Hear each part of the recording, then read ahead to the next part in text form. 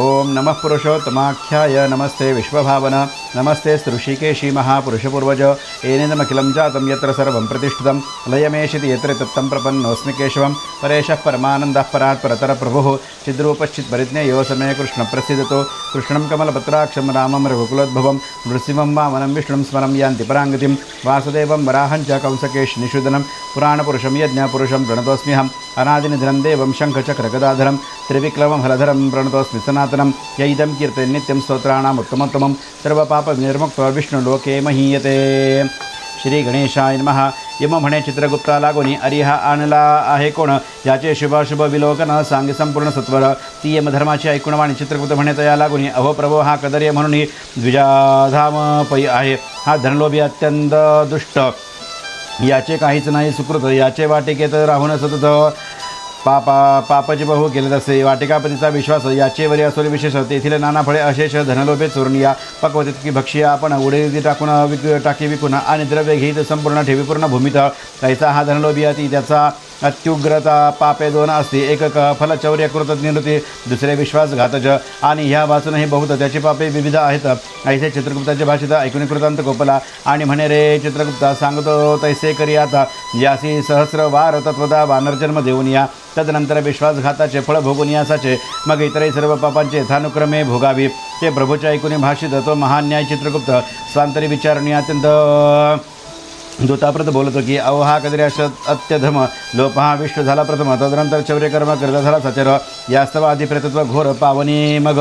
हा होऊन वानर तदनंतर अति भयंकर नरकयातना भोगवाव्या. हा क्रम यमधर्माच्या गृही श्रेयस्कर असे सर्वदाही ऐसे चित्रकृती सांगत सर्व ही दुधलावला हे लबला ही झंधा भिन्नले ते सर्व अत्यंत भीषण करदयासे तळिले ताडना प्रेत योनी माझे तत्क्षण प्रथम टाकीते झाले तर येतो निर्जन घोरवनी जेथे न मिळे फळ की पाणी तेथे भयंकर प्रेत होणी सर्वत्र फिरू लागला. शत्रुषांनी व्याकुळ अति वारंवार तळमध्ये क्षिती रे ओरडे दिवसामध्ये नसोसवे म्हणून या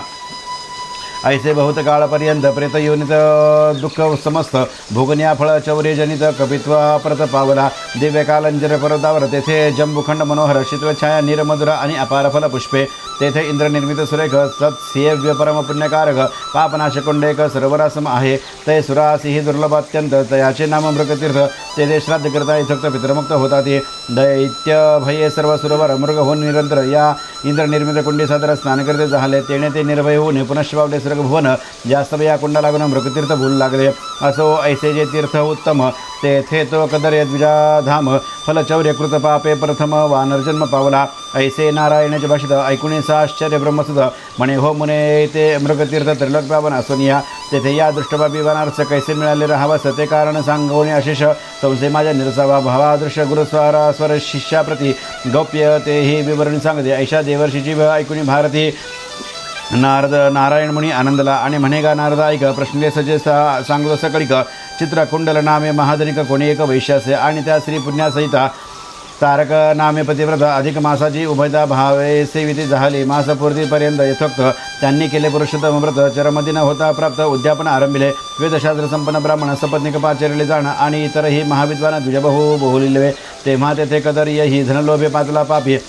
असो मग त्या वैश्य सर्वही पूजा संभार घेऊन या नाना वाद्यांची गर्जना करीत उत्सव चालला बहुत पूजा होम हवनादी यथोक्त विधी समस्त सारिला. तर मग सर्व दंपत्या कारणे यथाविधी दिली जाणे तांबूल दक्षिणा वस्त्रे भूषणे तुझ्या कारणे दिधली तैशीच इतर ब्राह्मणासी यथाशक्ती दिधली भूमीसी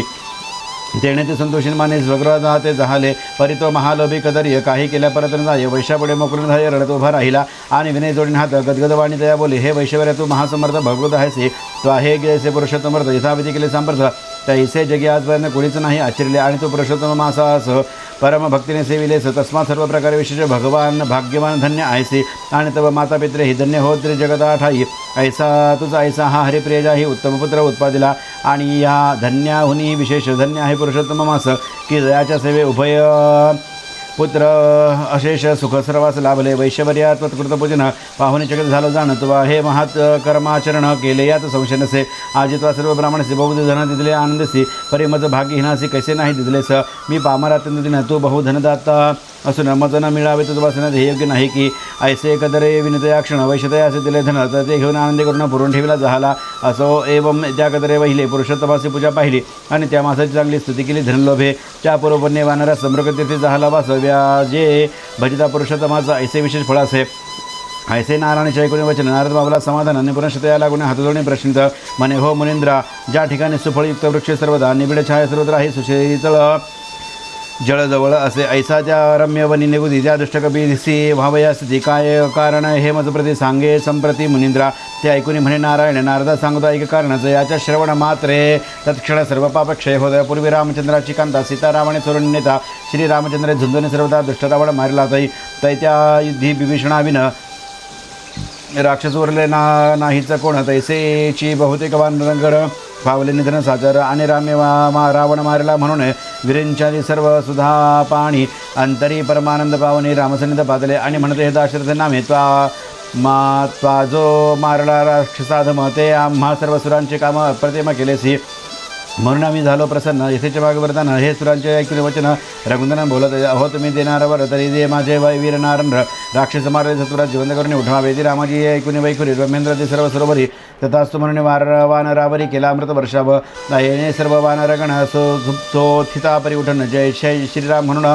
रामासी वंदिरी झाले मग सीतेसिद्ध नगराचा आरोणी या पुष्पकांत सर्वत्र स्थित वानरव्रत ऐसे सांगता झाला की हे सुग्रीवा हे हनुमंता अंगदा हे जांबुवंता तुम्ही वानरा सर्वदा मित्रकार्य केली ती आता तुम्ही ह्या वानरासी आज्ञापा येथून जावयासी जेथे होईल त्यांची मनासी तेथे समस्त राहोत हे मम कपी चिरायू सकळ ज्या ज्या वनात वसशील त्या त्या वनी वृक्ष विपळ सदा सुपळ असतील पा किंवा नद्या सरोवरे पुनरातील शितळणारे आणि कोणाचे नेहीच निकुरे दर्शिले जाणार नाहीत ऐसे रामाचे आशीर्वचन पूर्वीच झाले या लागून ज्या ज्या स्थानी वानर म्हणणं सतत असते तेथे तेथे नद्या सरोवरे पूर्ण राहते शीतळ निरे आणि महावृक्ष फलपुष्पांकुरे सुमंडित असतात एवं रामाच्या प्रभावाने वानराती मात्रा कारणे सदवृक्ष वनी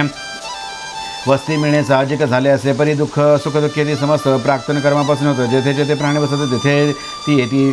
कर्मन संपे भोगल्या बसणं ऐसे असे वेदानुशासन असं पुढे तो कपी महान पर्वत ऐसा वाढून या मग मृगतीर्थासनी वनात क्षुधातृषा निराती पीडित स्वजाती चापल्ले सतत सर्वत्र भमू लागला नारदा त्या वनिंद्रती फलपल्लव विपळ असती तरी त्या कपीची कर्मगती विपरीत असे पै जन्मापासून ज्याचे वदना पित्तजन्य